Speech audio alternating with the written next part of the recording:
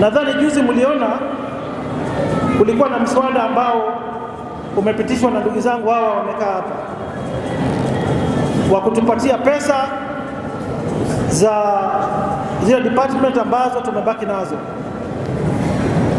pesa ya kujenga technical colleges, pesa ya kujenga stadiums, pesa ya kujenga ECD centers kama ile tutajenga hapa, pesa ya kupambana na majanga, moto ikitokea, disaster, mambo kama hayo.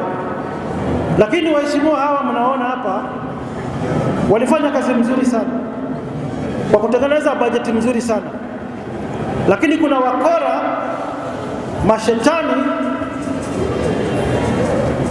walikuja kubadilisha ile karatasi jioni kama saa 10. Waheshimiwa kadhaa wanapitisha ile wamepitisha, kumbe wanapitisha mambo mengine. Mimi sikataa watu wa Nairobi wapate maendeleo, lakini tunataka tuheshimiwe.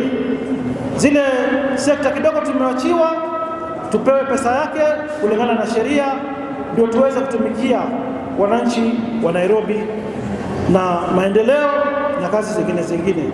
Kwa hivyo sisi tutasimama na haki ya wananchi wa Nairobi. Na waheshimiwa, ningependa kuambia hivi, msiogope. Mliona Senate walisimama kidete, wengine wakatumiwa maflying squad washikwa kwa manyumba, wakasimama kidete mpaka dakika ya mwisho walipoongezewa pesa na serikali ndio waliweza kupitisha ule mswada wa pesa. Kwa hivyo mimi nawaomba kwa niaba ya hao wananchi tuko na wao hapa, msimame kidete mpaka tupate haki yetu.